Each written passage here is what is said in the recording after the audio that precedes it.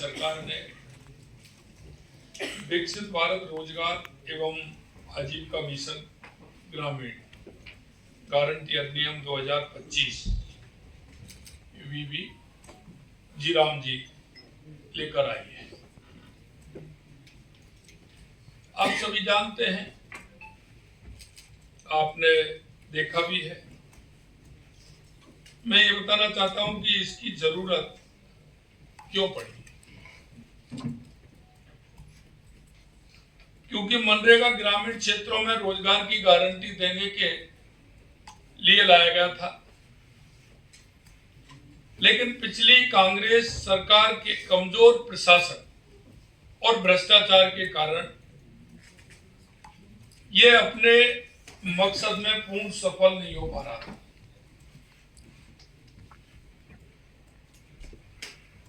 लगातार आपके माध्यम से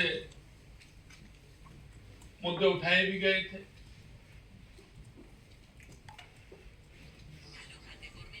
क्योंकि कांग्रेस की मंशा ठीक नहीं थी, इसलिए मनरेगा के तहत अधिकांश कार्य गांव या क्षेत्रीय विकास योजना में एकीकरण के बिना अलग थलग करके किए गए।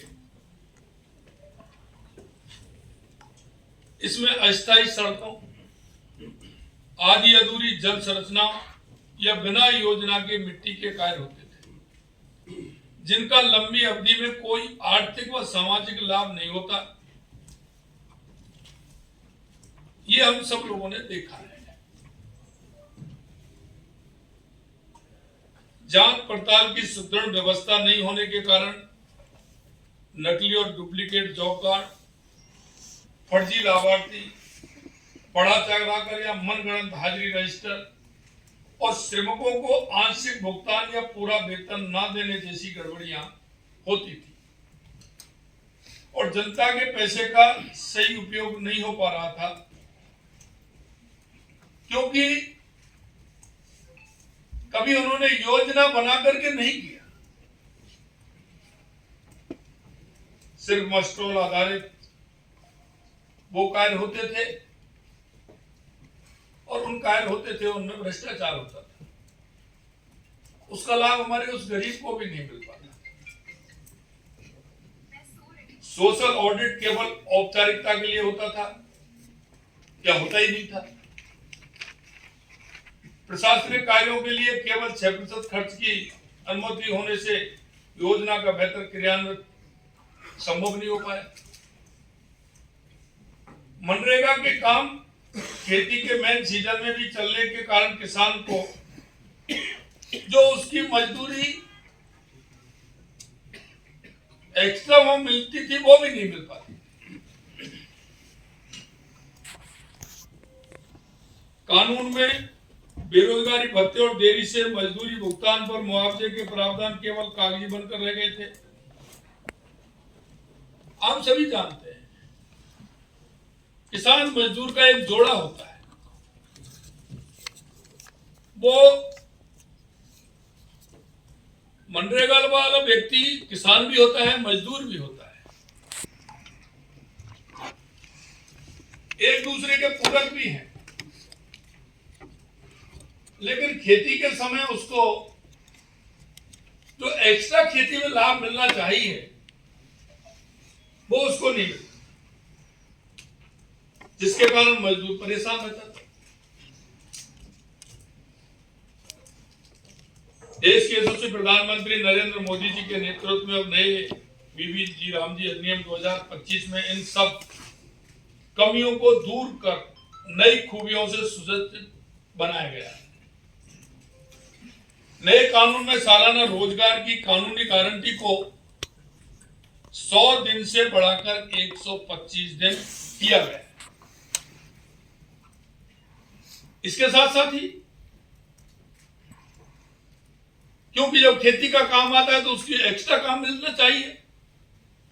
इस फसल बुवाई और कटाई के समय श्रमिकों की कमी ना हो, इसके लिए राज्य सरकार 60 दिनों का कार्य विराम घोषित कर सकती है। इससे किसान और श्रमिक हितों में संतुलन बना रहे और वो राज्य सरकार के ऊपर है। कि खेती का काम कब आता है, वो उस समय उसको विराम देकर के खेती के काम को, जिससे कि मजदूर को उसका ज्यादा लाभ है, जिससे उसको दोनों फायदा भी मिल सकेंगे। योजना के तहत जल संबंधी, मुख्य ग्रामीण बुनियादी ढांचा संबंधी, आजीविका अवसंरचना संबंधी और आपदाओं से निपटने संबंधी ठोस कार्य करवाए जा सकेंगे, क्योंकि जब आवश्यकता होती है, अगर उसकी योजना बना करके हम काम करेंगे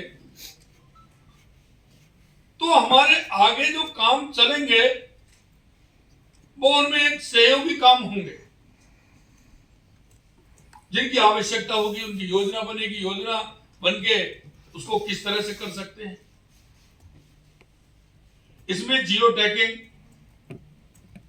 सैटेलाइट इमेजरी, मोबाइल ऐप और एआई जैसी तकनीक का उपयोग कर पारदर्शिता सुनिश्चित की जाएगी। हर 6 महीने में कार्य का डिजिटल तथ्यों के साथ सोशल ऑडिट अनिवार्य होगा।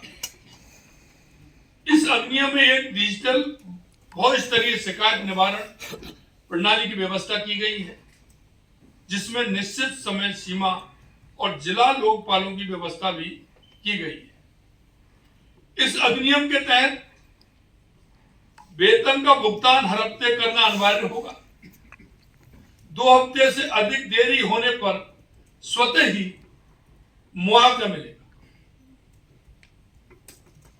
प्रशासनिक व्यय की सीमा को बढ़ा करके जो 6% थी उसको 9% किया गया है, ताकि जमीनी स्तर पर पर्याप्त कर्मचारी, तकनीकी विशेषज्ञता, प्रशिक्षण और निगरानी क्षमता सुनिश्चित हो सके।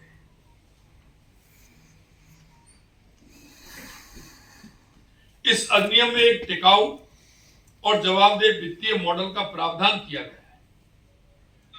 पहले श्रम बजट की कोई तय सीमा नहीं होती, अब उसकी जगह हर साल के लिए एक स्पष्ट और तय बजट निर्धारित किया गया है। हालांकि इसमें भी इसका मतलब यह नहीं है कि काम सीमित कर दिया गया है। लोगों की मांग के अनुसार काम देने की व्यवस्था पहले की तरह बनी रहे। कुल आवंटन में वृद्धि की गई है, जिससे राज्यों को हाल के मनरेगा औसत की तुलना में लगभग 17,000 करोड़ का अतिरिक्त लाभ मिलने की उम्मीद है।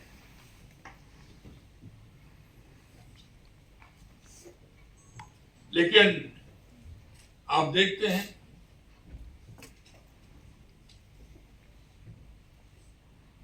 कांग्रेस के पास सिर्फ भ्रामक प्रचार है, और आपने पीछे देखा होगा कई इस तरह के विषय आए हैं, लेकिन उन विषयों का आज कहीं कोई मतलब नहीं है। लेकिन कांग्रेस हमेशा झूठ और भ्रामक प्रचार में आगे रहती। काम उन्होंने किए नहीं, किए तो भ्रष्टाचार किए, लेकिन कांग्रेस अपने आचरण के अनुसार ही व्यवहार कर रही है। इसे लेकर तरह तरह के भ्रम फैला रही है। एक भ्रम यह फैलाया जा रहा है कि केंद्र पूरा पैसा नहीं दे रहा है, जबकि वास्तविकता यह है कि यह एक सहकारी संघवाद का मॉडल है। राज्य की 40% भागीदारी से जवाबदेही बढ़ेगी। स्वास्थ्य मिशन जैसी कई सफल योजनाएं इस मॉडल पर चल रही हैं। एक भ्रम यह फैलाया जा रहा है कि काम कम हो जाएगा, जबकि सच्चाई यह है कि काम अब सप्लाई आधारित और प्लान आधारित होगा। पहले इसका कोई प्लान नहीं होता, उसकी आवश्यकता कैसे है, और पहले से ही काम को एक मॉडल के रूप में काम को किस तरह से लिया जाए, काम किस तरह से हो सकता है, उसमें स्थायी काम भी होंगे, जिससे आने वाले समय में उन कामों का ठीक प्रकार से उपयोग हो पाएगा। पीएम गति शक्ति से जुड़ने के कारण अब गांव में पानी और स्थायी सड़कों जैसी वही काम होंगे जिनकी वास्तविक वास्तव में आवश्यकता है।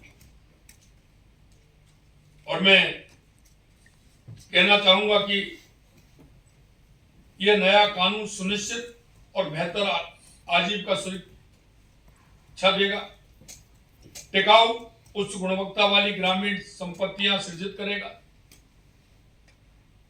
और मुझे यह भी लगता है, क्योंकि हमारे राजस्थान हर क्षेत्र में अलग अलग आवश्यकता है, क्योंकि आप सभी देखते हैं राजस्थान में अगर ये योजना के माध्यम से ठीक प्रकार योजना बन के हमारा ये काम होगा तो अलग अलग क्षेत्रों की अलग अलग जो मांग है ये उनको पूरा करेगा, उनमें सहयोगी बनेगा, एक ठोस कार्य होंगे।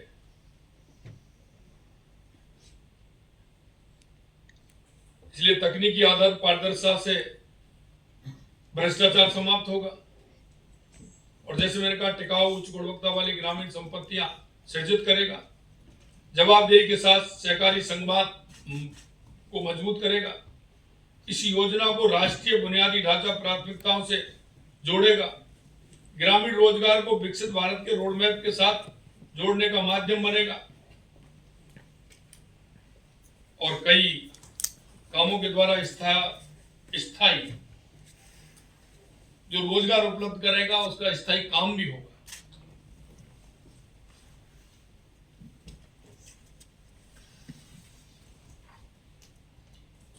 ये कानून ग्रामीण रोजगार की एक मजबूत गारंटी और विकसित भारत की एक मजबूत आधारशिला बनाएगा। इससे राजस्थान को भी भरपूर लाभ मिलेगा। मेरा आप सब मीडिया साथियों से आग्रह है कि देश के यशस्वी प्रधानमंत्री नरेंद्र मोदी जी द्वारा जनहित में लाए गए इस वीवी जी राम जी अधिनियम 2025 की खूबियों को निश्चित रूप से आप जनता तक पहुंचाएंगे। हमने एक टेबल भी दिया है, वो आपको टेबल भी मिलेगी कि पहले इसमें क्या था और अब इसमें क्या होने जा रहा है। मैं आपसे इतना कहना चाहता हूं कि आवश्यकता आज विकसित भारत 2047 विकसित राजस्थान 2047 की आवश्यकता है कि हमारे अंतिम पायदान पर खड़े हुआ व्यक्ति जिसको आवश्यकता है उसकी आवश्यकता की पूर्ति भी हो और हमारा नीचे तक का जो ढांचा वो सुदृढ़ हो। और ये देश के यशस्वी प्रधानमंत्री नरेंद्र मोदी जी के नेतृत्व में निश्चित रूप से ये सुदृढ़ होगा और ये हमारा विकसित भारत रोजगार एवं आजीविका मिशन ग्रामीण गारंटी अधिनियम 2025 वीवी जी राम जी राजस्थान के विकास के लिए, देश के विकास के लिए ये बहुत ही मजबूत है। और जो हम कहते हैं ग्रामीण क्षेत्र का विकास, अंतिम पायदान पर खड़े व्यक्ति का विकास, वो इसमें समाहित है। आज आप सभी को इसके लिए बुलाया, आप सभी पधारे हैं, आप सभी को बहुत बहुत धन्यवाद, बहुत बहुत धन्यवाद।